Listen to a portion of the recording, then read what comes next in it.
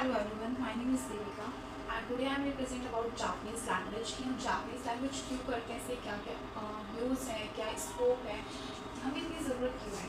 कुछ लोगों को जापनीज़ करनी होती है क्योंकि उन्हें वहाँ का कल्चर पसंद होता है, लाइक जापान का।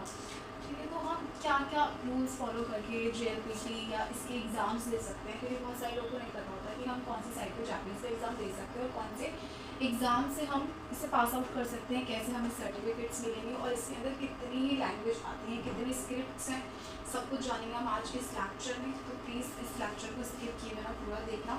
तो हम स्टार्ट करते हैं। फर्स्ट ऑफ ऑल, जापनीज़ क्या है? जापान की लैंग्वेज है ये, मोस्टली सब नहीं सुना होगा। It's Japanese language. 1.3 million people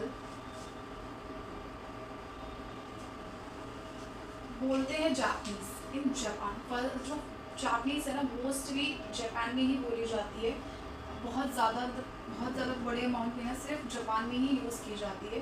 बाकी की कंट्रीज़ में तो आप इंग्लिश यूज़ कर सकते हो, but Japan is the one of most of the country जो जापनीज़ को फर्स्ट प्रायोरिटी देती है। ठीक है, तो हम जानेंगे कि इसके अंदर कितने स्क्रिप्ट्स हैं। जैसे हमारे इंग्लिश में होता है ना कि हमारे पास एक ही स्क्रिप्ट है, ABCD, बट इन जापनीज़ में आपको 3 स्क्रिप्ट मिलेंगे, 3 स्क्रिप्ट्स। फर्स्ट ऑफ स्क्रिप्ट्स क्या होता है?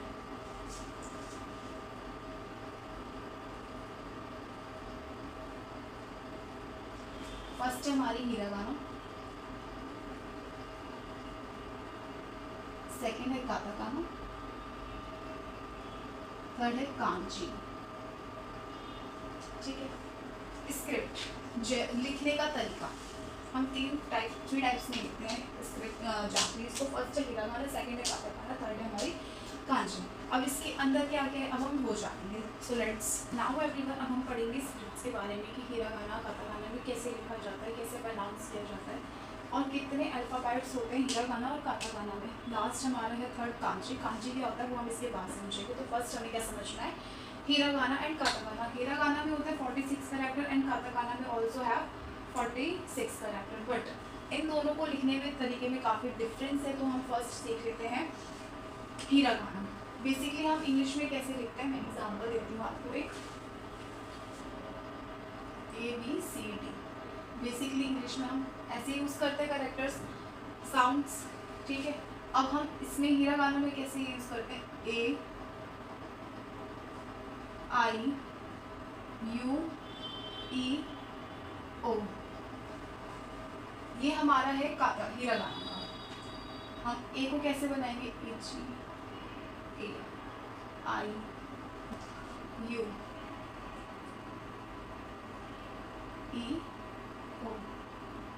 मे भी आपको दिख रहा हो थोड़ा सा क्राउड। ठीक है, जो हिरागाना में हम वर्ड यूज़ करते हैं वो हम प्रोनाउंसिएशन के लिए करते हैं, बोलने के लिए करते हैं, लिखने के लिए करते हैं। लेकिन जो हमारी कांजी है ना वो सिर्फ लिखने के लिए होती है और समझने के लिए होती है। उसको हम किसी चीज़ को बोलने के लिए यूज़ नहीं करते, वो आपको आगे समझ में आएगा कि मैं क्या बोल रही हूँ। सेकेंड है हमारा काताकाना। काताकाना जो होता है वो होता है हमारे अदर कंट्री के वर्ड्स के लिए। जैसे कि मेरा नाम है देविका, तो मैं देविका लिखूंगी काताकाना में। हिरागाना में हम इसे नहीं लिख पाएंगे। कुछ अल्फ़ाबेट्स इसमें, कुछ स्क्रिप्ट्स इसमें नहीं होते, कुछ साउंड्स इसमें नहीं होते जो कि हम काताकाना में लिखते हैं, हिरागाना में नहीं होते। जैसे कि हम किसी का नाम लिखते हैं, नेम, या दूसरी कंट्री के जो वर्ड्स होते हैं वो हम किस में लिखते हैं, other country words.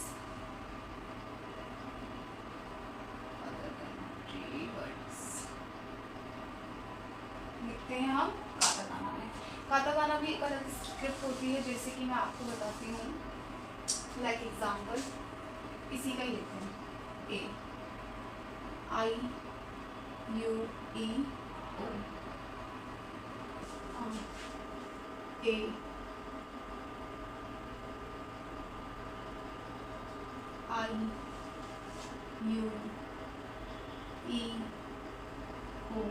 Like that. जो जापनीज़ वर्ड होते हैं हमें वो ऐसे लिखने होते हैं काताकाना में। ठीक है, और काताकाना क्या होता है एवरीवन, हमेशा लोन वर्ड्स, जो लोन वर्ड्स होते हैं और फॉरेन वर्ड्स होते हैं, फॉरेन वर्ड्स, हम सिर्फ वही यूज़ करते हैं जो बाहर अदर कंट्रीज़ के वर्ड्स होते हैं, वो हम किसमें लिखते हैं, काताकाना में। अब हम चलते हैं कांजी की और कि कांजी क्या है, कैसे हम कांजी को प्रोनाउंस करते हैं और क्या यूज़ होते हैं कांजी में। इस में जैसे कि हमारा नेक्स्ट टॉपिक था कांजी की। हम कांजी में क्या करते हैं, फर्स्ट ऑफ ऑल हमें जानना होगा कांजी में हम पढ़ते क्या हैं और क्या होता है कांजी। कांजी जो होती है वो चाइनीज़ करेक्टर होता है, उसमें जो चाइनीज़ करेक्टर का काफ़ी ज़्यादा रोल है इनका। सेकंड है हम कांजी को नाउन भी यूज़ कर सकते हैं, वर्ब भी यूज़ कर सकते हैं, एडजेक्टिव्स भी यूज़ करते हैं, मीन्स भी यूज़ कर सकते हैं। किसी का नाम है तो भी हम यूज़ कर सकते हैं, एडजेक्टिव भी यूज़ कर सकते हैं, वर्ब में भी यूज़ कर सकते हैं और काफ़ी तरीके से भी यूज़ कर सकते हैं। नेक्स्ट है हमारा जो कांजी होती है ना, वो कभी भी ना, कभी भी क्या, कभी कभी तो देखो मीनिंग देती है आपको, ठीक है। जैसे कि यहाँ पे मैंने एक बनाया माउथ, इसका मीनिंग है माउथ। लेकिन अगर हम चाइनीज़ करेक्टर रीडिंग में देखते हैं उन्होंने फर्स्ट हम ये समझते हैं कि मीनिंग देती है, ठीक है। सिर्फ साउंड्स के लिए कांजी को यूज़ नहीं करते, मीनिंग के लिए यूज़ करते हैं कांजी को। नेक्स्ट हम ये समझेंगे कि जो कांजी होती है वो 2 टाइप्स की रीडिंग्स देती है। जैसे कि फर्स्ट है हमारा उन्योमी, सेकेंड है कुन्योमी। उन्योमी में क्या होता है, चाइनीज़ रीडिंग होती है और कुन्योमी में जापानीज़ रीडिंग होती है। जैसे कि अब कांची में ना कुछ आकृतियाँ होती हैं, जैसे पुराने ज़माने में होता था ना कि जो मैंने बनाया माउथ, हमारा मुंह किस तरीके का होता है, कुछ ऐसे ही होता है ना, ऐसे करके दांत होते हैं। तो उसी से थोड़ा सा रिलेट करके इन्होंने माउथ का शेप बनाया है कांजी में, जिसको हम कहते हैं कूची। और कुन्योमी में कहते हैं को, कुन्योमी में कहते हैं कूची। नेक्स्ट कुन्योमी में कहते हैं को। मे भी आपको समझ आया हो। इससे ज़्यादा बेसिक डिटेल्स के लिए आपको थोड़ा सा पढ़ना पड़ेगा आगे के लेक्चर्स में, क्योंकि ये तो मैं सिर्फ बेसिक बता रही हूँ कि आपको एक नॉर्मल ओवरव्यू हो जाएगी। हाँ, जापानीज़ में आपको ये पढ़ना है, आपके लिए ईजी रहेगा या नहीं रहेगा वो आपको डिसाइड करता है।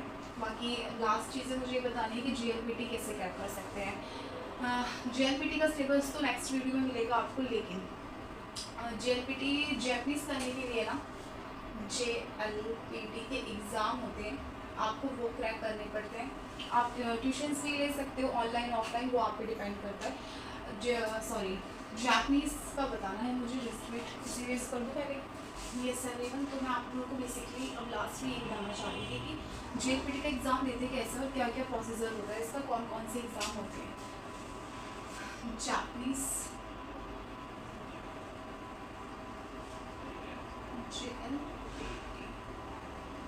ठीक है। नॉर्मली हम क्या करते हैं, first second third fourth fifth करते हैं, ठीक है।